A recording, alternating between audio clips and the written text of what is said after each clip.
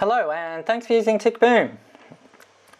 In this video I'm going to wrap up with this question 8b from the 1989 New South Wales 4-unit HSC exam. So I'm now on to part 4 of 4 parts. So if you haven't seen my videos on part 1, 2 or 3, definitely go take a look because they've all been leading up to this final part, part 4. So for those of you who have worked through those other 3 parts, let's now take a look at part 4. Part 4 says, given that log 10(2) is irrational, choose any integer, capital N, such that 1 on n is less than log 10 1990 on 1989. And note that in part 1, FA was less than log 10 1990 on 1989. Then use part 3 to decide whether there exists another integer m, such that 2 to the m is equal to something that starts with the digits 1989. So we're kind of harking back to part 1 here, which is why you definitely need to have looked at the early videos to make sense of this one. And we're also kind of linking up what we just worked out in part 3. So picking up where we just left off, so we're now in part 4. And this is the first part of this whole question that isn't then broken into 2 subparts, but it kind of is. They just haven't specifically kind of turned it into alpha and beta, but there kind of was the first bit of this, which was to say that we wanted to find n such that 1 on n would be less than the log 10 of 1990 on 1989. And I mean, this is an interesting question because the way I see it, it's pretty straightforward. We can just invert both of these and change the inequalities. So we'll get n greater than 1 on log 10 1990 on 1989. And I can just key that into my calculator. So kind of remembering that with my financial calculator I can't really do log 10 directly. I'll just work out log 10 1990 and log 10 1989 the long way.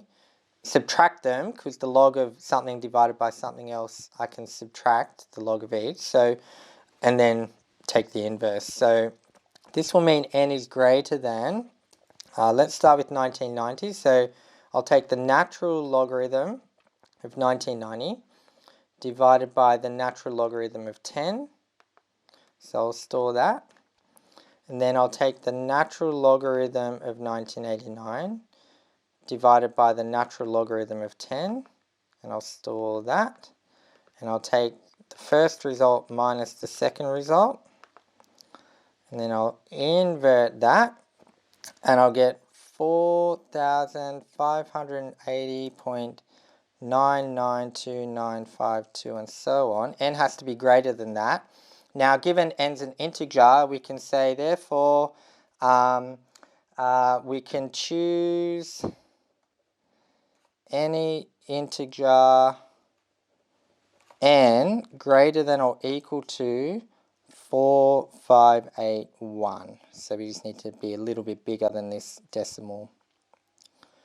So I think that's it. I mean, I might be missing something here, but this kind of condition seems to just result from some basic rearranging and plugging things into the calculator. So if anyone who's watching thinks I might have missed something there, please let me know. Feel free to make a comment. I can do a postscript to this video. But as far as I can tell, I think that's it for this first little bit of this part 4.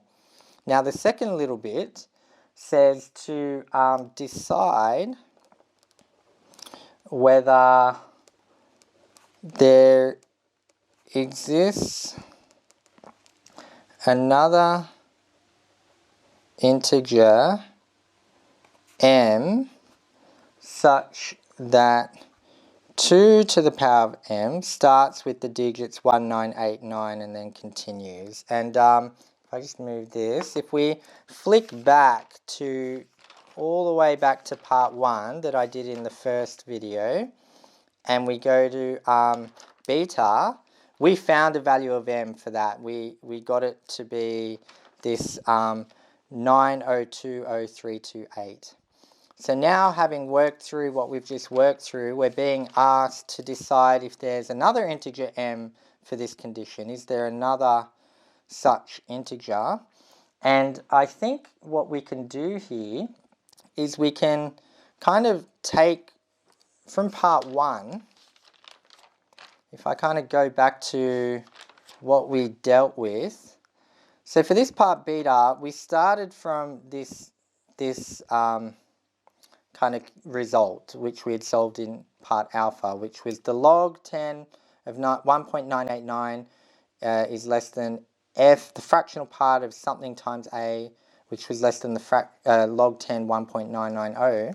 I think if we generalize that, that could be a good starting point. So let's kind of say, we'll phrase it log 10 1.989, let's say, is less than some fractional part, the fractional part of some integer n times a, which is less than log 10 1.990.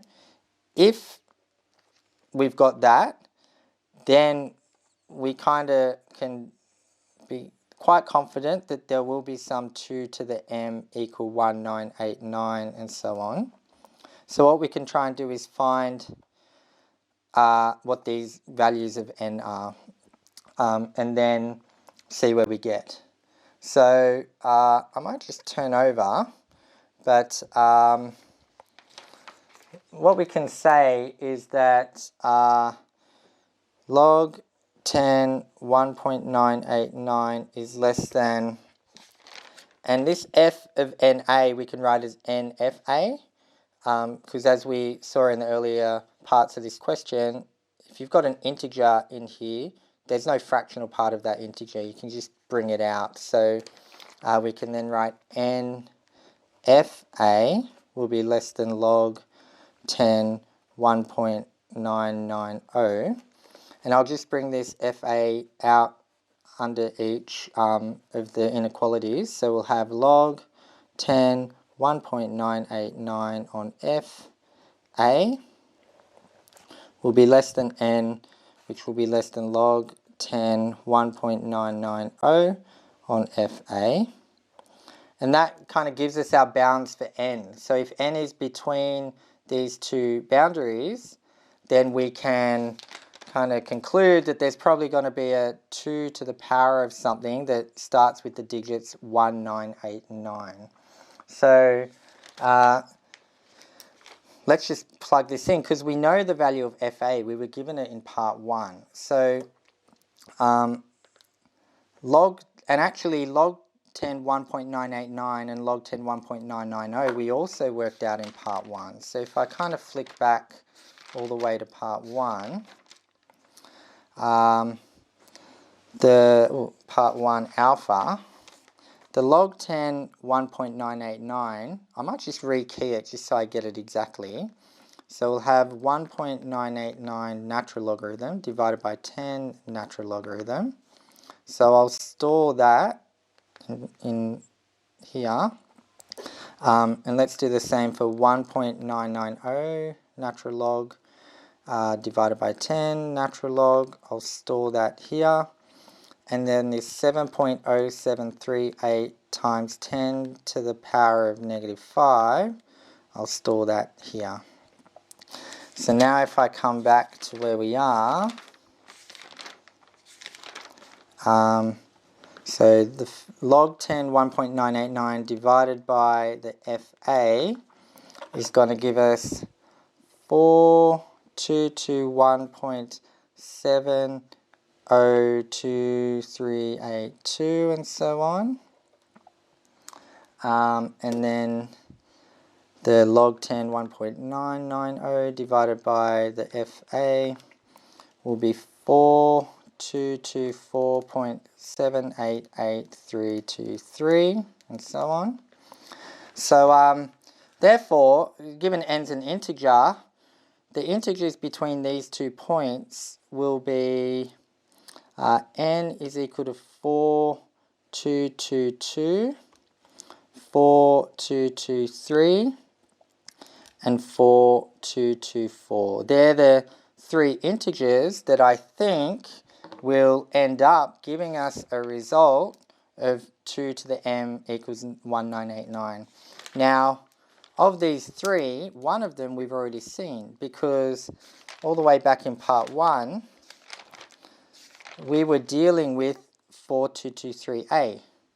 So we've already done one of these results, and we saw that it did give us a value of m. So now if we do the other 2, we can just repeat what we did in part 1 and test whether we get a result, and then I think we've answered our question. So again, I'm not sure whether this is what the question writers intended, because this part here seems really straightforward, and I can't even work out what it's got to do with anything. And then this part here is really just repeating what we already did in part 1, just doing it 2 more times. And I will work through it for completeness, but I just wonder, have I missed something here? Have I oversimplified this? I'm just not sure. But in any case, I'll just work through how I think this question kind of works, how I think it's meant to be, and we'll see what we get. But let's kind of put our N422 in here. So we'll have log 10 1.989 less than f of, now NA will do 4222a less than log 10 1.990. Now you then take 10, do everything to the power of 10, so 10 to the log 10 1.989 less than 10 to the f 4222a less than 10 to the log 10 1.990. So you end up with 1.989 less than 10 to the f 4222a less than 1.990. And if I flick back to part 1, just to kind of save us doing it all over again, we kind of saw that the result was simply n, whatever n was, in this case it was 4223a, times the 2136. Because a being 2136 log 10(2), when we kind of simplify all this, the 10 to the log 10(2) becomes 2 to the power of something, and that power of something is just whatever integer is in front of a times the 2136. So rather than work through all this again, because we already did it in part 1, I'm just going to jump straight to what I know the result will be. So therefore 2 to the m will equal 1989 ... when m is equal to 4222 times 2136, which equals 4222 times 2136, 9018192, and that was for 4222. Now again, we can repeat for 4224 rather than work through it all. I'll just say or m is equal to 4224 times 2136. 4224 times 2136 is 9022464. I think when m is either of those two values, we're going to get 2 to the m, starting with the digits 1989. And that's through working through all these steps that we did in part 1. I just won't repeat them all just because it's almost a foregone conclusion. We know where we'll get to because the algebra is identical. So Yeah, I think that's it. Now, perhaps for completeness, there's a few things we should probably do.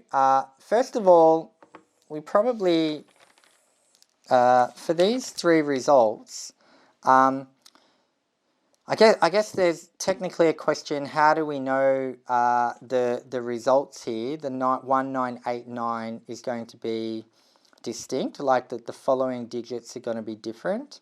And I think one thing we can know is that in this part 4 we were told, given that log 10(2) is irrational, think about all this.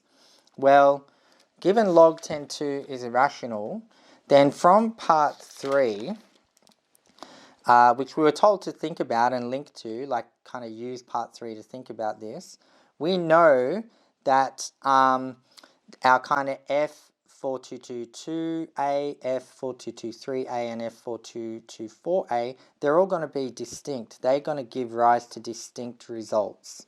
That's the linkage to part 3. And so we can kind of know that inserting N4222, 4223 and 4224 will give us distinct results because we're multiplying them by A, and A is equal to an integer, 2136 times log 10(2), and log 10(2) is irrational. So therefore A is irrational. So taking the fractional part of any of these integers multiplied by A is going to give us distinct results. So we can kind of know that for all of these, the m's that will result from all of these, it's all going to be distinct. So I think that's one thing worth noting. I guess the other thing that we might want to check is whether the fractional part of each of these does actually lie between log 10 1.989 and log 10 1990. So just to remind ourselves, the log 10 1.989 was equal to, I think I've still got it stored here, 0.298634783, and the log 10 1.990 was 0.298853076. So now we want to ask ourselves, what is F4222A? Is that between these? Because that is required. I'm pretty sure it is because we kind of worked through the algebra, but it doesn't hurt to check. Now A I had stored here, so now we just need to multiply it by 4222. So that's 0.298655836 and so on. So 29863, 29865. So it's bigger than that, and 2988. So that's good. That does lie between. Now let's check F4224A. So the A times 422, oops. A times 4224. So that's 0.29879731. So 0.2987 is above this, and 2987 is below that, so good. Okay, so that was just a check worth doing to make sure, these results, these three integers are okay. But what we can now know is, given the fractional parts lie between these two bits, we end up getting the kind of 1989 times 10 to the something being less than our 2 to the m, which is less than the 1990 times 10 to the something. So we know that the 2 to the m will start with the digits 1989. Exactly the same kind of argument we made in part 1. So I guess the ultimate answer to this is, in deciding whether there exists another integer m, I think the answer is yes, there is. There's at least 2 of them. Maybe there's more. I mean, who knows? Maybe there's a way to work out that there are more. But we've just been asked to decide whether there is another. And so in finding even just one, I think we've technically answered this question. So yeah, that's how I think about part 4. I'm a little bit unsure as to whether what I've just done is what the question writers intended. I'd be very interested in any thoughts from anyone else watching this who may have a different way of thinking about this, and perhaps you've got an approach that may line up more closely with what the question writers probably intended. I mean, I technically linked my thinking to part 3, but it was pretty tenuous. I mean, using part 3, I can say these are all distinct, but I mean, is that really what the question writers wanted us to think about in making that linkage? I mean, I could work out these are distinct without part 3. I could just kind of plug it all in and see that they're different. So yeah, a little bit of hesitation there, but I mean, I hope that if I had done this for real on the exam, I would have picked up maybe a few marks for this question. I'm not sure. You'd hope so. But as I kind of mentioned right at the beginning in part 1, in my video on part 1, the commentary on this question pointed out that there was no single student in the whole cohort who completely nailed this question, who got everything, who was able to work out every single part. So there would have been many students who got some marks for sure, no question, but no one who got it all. So that kind of again makes me wonder, have I really worked this out? Because if it really was this straightforward, surely someone would have worked it out, because 4-unit math, it's the highest level of math you can take. There would have been very many talented math students taking this exam. So to think that none of them could have worked this out seems a bit unlikely. So I think the more likely explanation is I've misunderstood something. So I'll keep my eye out for any comments from anyone who might be able to correct me here. As the old saying goes, the fastest way to get the right answer to something is to post the wrong answer on the internet. So if this is wrong, I'm sure I'll find out about it pretty quick. But yeah, hopefully you found that interesting in any case. And tick boom.